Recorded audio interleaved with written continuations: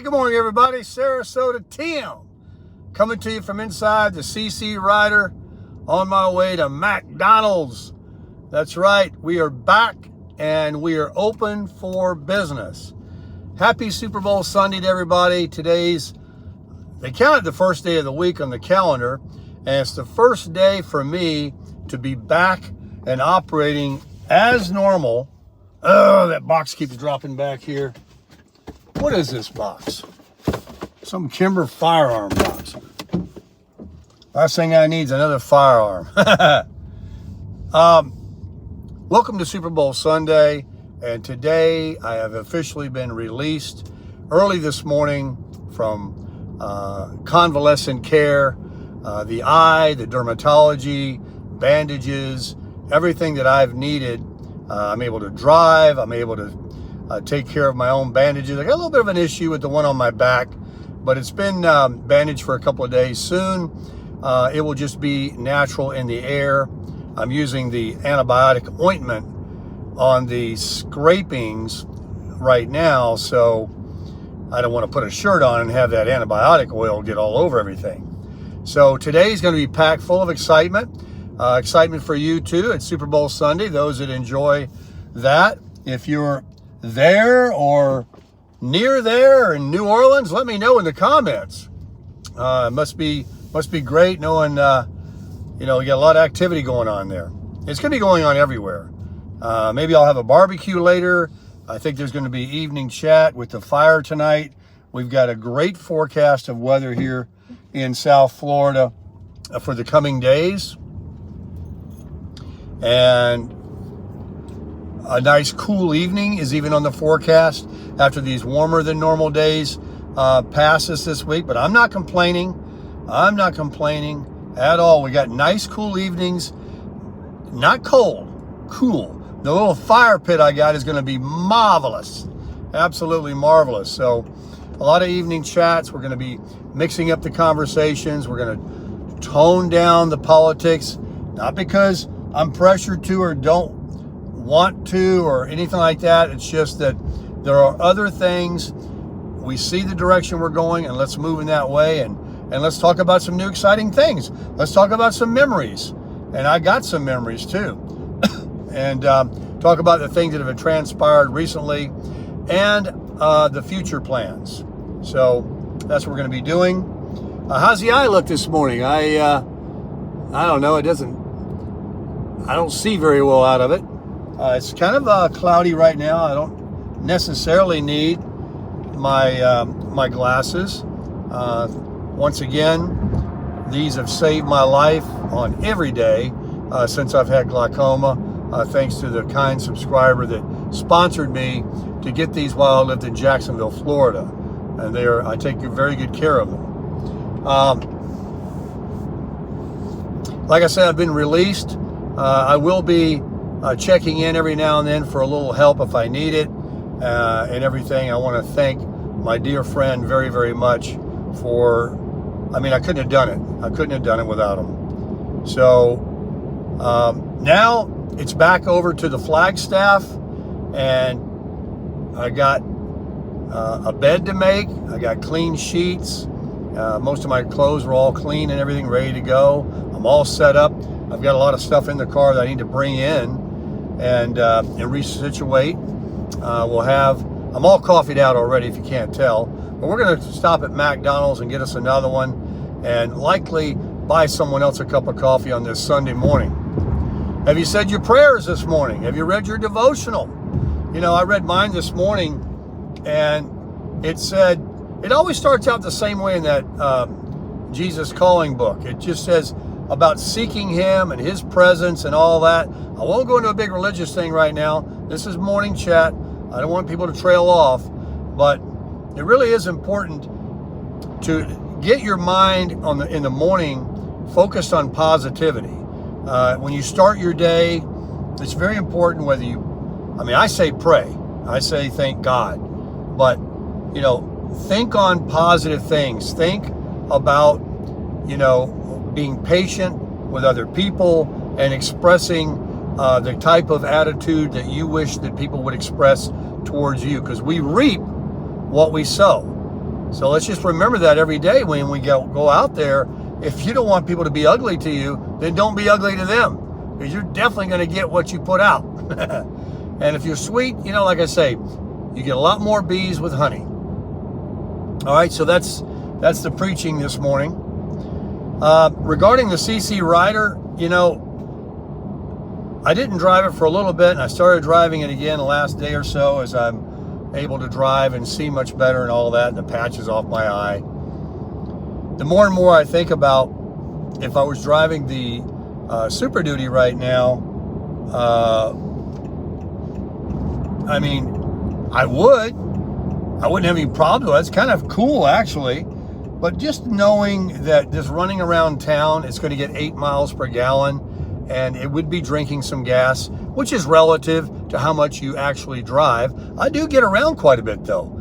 And everywhere I like to go is on the other side of town, because while I have all the stores, the gyms, and everything really right where I'm at, I just kind of prefer another area where the Nathan Benderson Park and all that is. So every day I'm kind of putting some miles on. And knowing that the CC Rider is literally 40.8 miles per gallon, it's been saying that. And I've got 321 miles to empty. It's only got like a 13-gallon tank on it, so it doesn't cost much.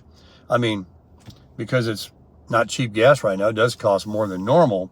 But it's just a pleasure to drive. I mean, it really is. I mean, it's just quiet. It's electric. It's half electric. And all of these features, you got the heads-up display. It's a loaded car. I've got to go over another review of this after owning it now for a few months. That if someone actually, because I have my ad running, the signs are in the window. If somebody gives me $38,000 for the car, and that's not ripping anybody's lips off. You see, what people don't know about certain models, and let's talk about this one specifically. When you go from trim levels like LX, or on General Motors, you got the, what is it called? Anyway, you got 2 letters, then you got a 3-letter trim package. You don't just get a little bit more. The entry-level trim packages on automobiles, you get the basic stuff, and they're pretty much got all anybody needs. Then you go to the next one, you get a little, you know, different color and trim and wheels and things like that. And then when you go to the top, they really put in a lot of things that make the price a lot more. And so when you see these Honda Accords, everyone I've seen around, there will be either a Sport, you know, the Hybrid, or the EX, or the LX or DX, whatever they call the entry-level model. And when you don't see too many hybrid touring, and this is the only way the touring comes is with the hybrid, which is $5,000 more. And there's a lot of other stuff too, a lot of other extras in here, a lot of other different plastic and materials, the lighting system on the tail lights, the heads-up display, a lot of stuff. So if someone, you know, looks at one online and they're looking to buy a used one, and then they see mine that's, you know, a few $1,000s more, they're like, hey, you know, what's with this guy? It's only for educated people that understand. Like when I went to buy it, you know, I just couldn't justify, this is going to sound weird, spending less. I thought I would regret not having what the touring has. Because when I was in the car business for so many years, I was so used to driving a loaded model. And a lot of people actually drive the flagship models of Lexus, Acura, Subaru, Cadillac, you know, all of them. You know, you generally see the top trim level. Even with Harley Davidsons, people generally buy the ultra classic. They buy the highest model. They sell the best. People just want it. If the salespeople are smart and they point out the difference, you know, even with these trucks, look at now that's where I draw the line, only because, hey, look, what is that over there? I'd be lying if I said I wouldn't buy the $100,000 to $120,000 Ford truck. I wouldn't have the dually necessary unless I needed it, you know, with the big fifth wheel or something. But I would be lying if I said I wouldn't buy the $100,000+ truck, even though it's way overpriced, if I had the money and it didn't hurt me. I'd buy a bigger home than I need if it didn't hurt me. I do a lot of things if I had the money. That's why people do. They got the money. Look at these people. Yesterday, I went to Marina Jack's. I had a visit from JJ and Bev down from the Villages area where they live, outside the Villages. And it was a surprise visit. And so I met with them, and we went to St. Armand's, run into a subscriber there, went to Marina Jack's and sat out there on the water and looked at the boats, and they were like small ships. There were a couple of them that were huge. And we were just looking at these homes, and, it was a money area. It was a money area of Sarasota, which there's lots of it. One thing they got, plenty of money down here. And we were Googling the prices of like this one boat that wasn't even that big. It wasn't a motor yacht. It was a Tierra, and it had twin 450 Mercury outboards on it. But it was a late model, like a 25. They had it in the water, I guess, to show or give a boat ride on, from some yacht broker. So we Googled it. We were guessing $200,000-300,000, and it was $1.1 million. And then those big major yachts they have a crew on that are like 150 feet, they're like $35 million plus. They cost more than most all homes on any lot of dirt in the United States of America. While there are $50 million and $100 million homes and all that, we know. But most homes, in the single-digit multi-million-dollar home, you could buy anywhere and have a beautiful mansion. So people buying these yachts, $20,000, $75,000 Rolex watches, disposable cash it's just flabbergasts me of how many people in our country.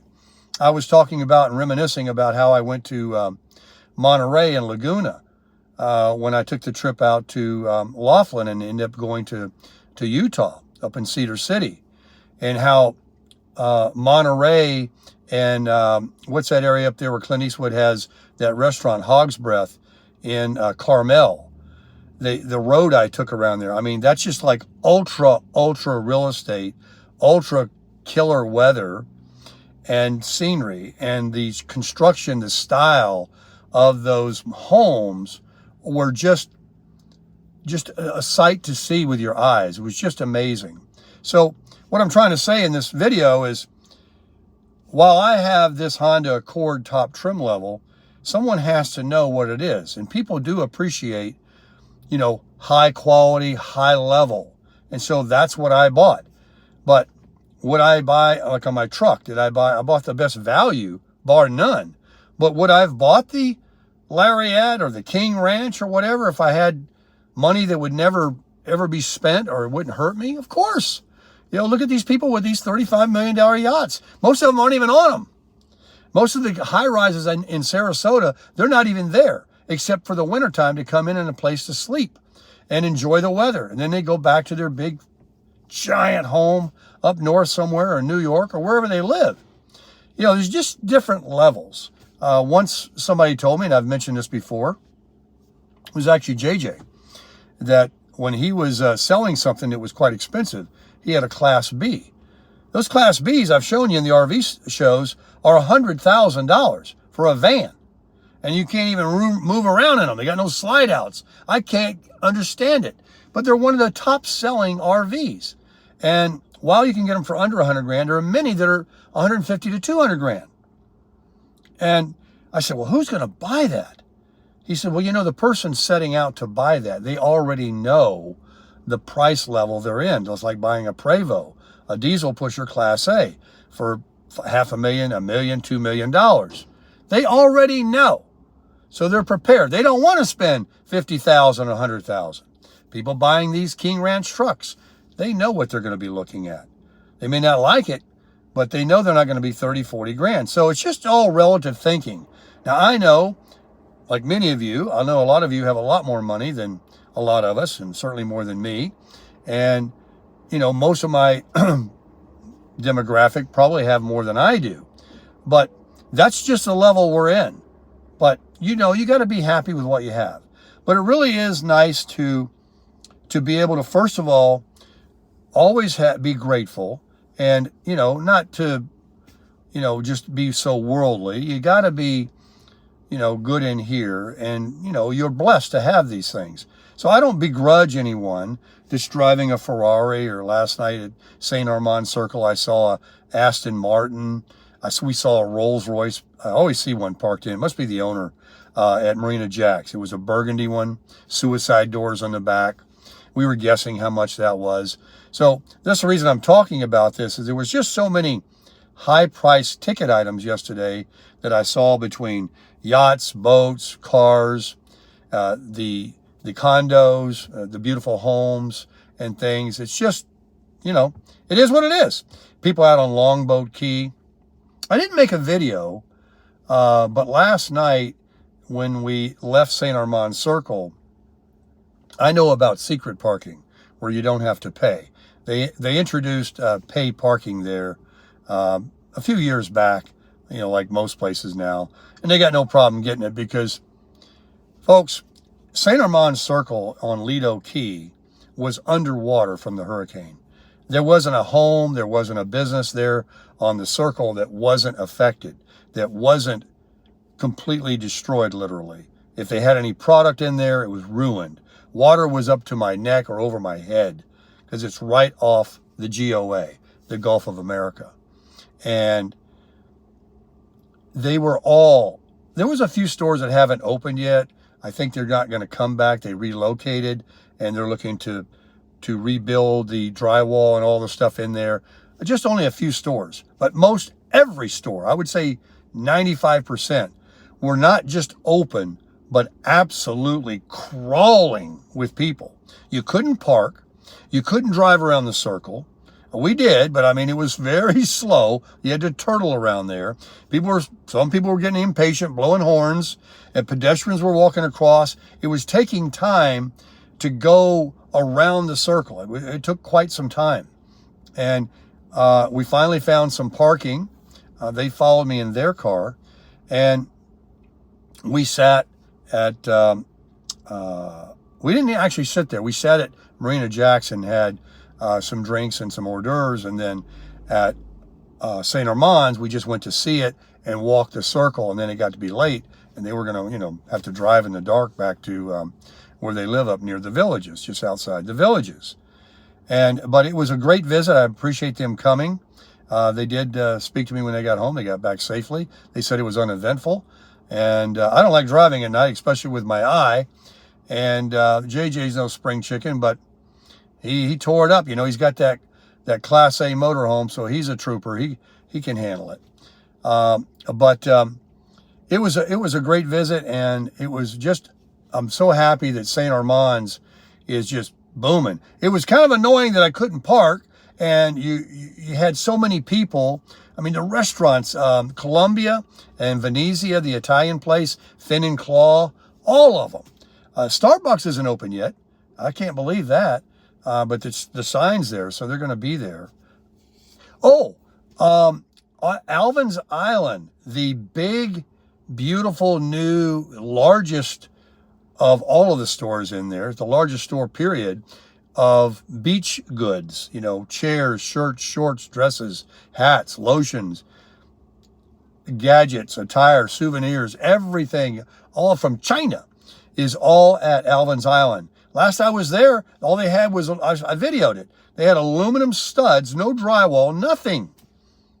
Place was booming, open for business. They didn't want to miss out on the people that are here. Folks, the amount of people that have exponentially started coming here and moving here, and this area growing since 2016, when I first moved here, 15 or 16, it might have been 15, I'm not sure, is just mind-boggling to me. And I know that's with every small town, community, Nashville, all these other places have started booming, as we know. But, man, it's good and it's bad. I mean, it's great for business and all that in the season, but coming across the Ringling Bridge is a forever wait. If you get caught in the main time of day when people are exiting that beach and they want to go home and freshen up and get ready for dinner at 3 o'clock hour, man, you better have some patience, because it's packed over here. It's packed. But anyway, that's what I got for this morning. I did find this one at the Walmart, that I got for the YouTube Sarasota Tim. Hopefully they'll get restocked soon, and you can get you one. Maybe I'll do something to get some out there that people can purchase, maybe in a store that I can create. We're going to do a lot of things. Hey, if you don't mind, would you mind considering subscribing to my channel right now? It does really help me out on the algorithm. I'm always fighting the YouTube algorithm to get these videos out to more people. We're going to be making an eclectic array of videos on this channel. We talk about Social Security, we talk about Sarasota, other travels, RVing, cooking, fireside chats at night. It's a fun channel. We got a fun community. I'd really appreciate if you could stick around and check in on the videos that come out on YouTube from Sarasota Tim, and make sure you watch the correct one. The channel has been very, very successful and mimicked by a lot of other people around the country that want to use the title Sarasota Tim in order to grow their channel. It's kind of flattering in one way, because they feel that Sarasota Tim, hashtag Sarasota Tim, will give them views, and it does.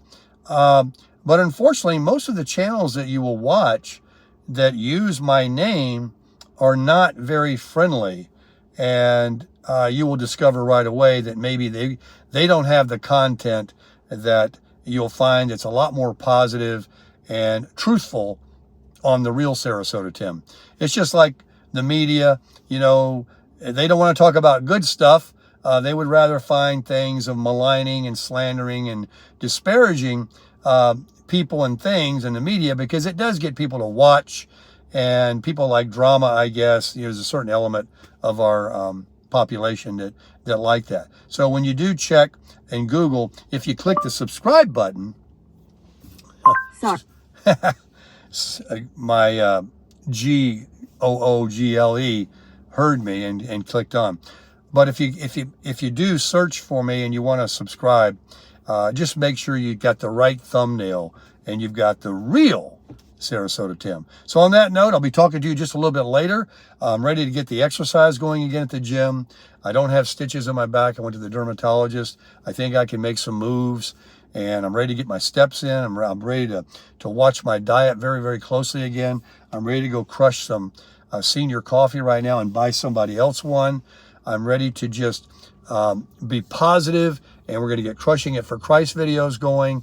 It's really like I've been missing my element of what I like to do, multiple videos a day. So today's Sunday, Super Bowl Sunday, starts a new beginning for the Sarasota Tim channel to really crush it.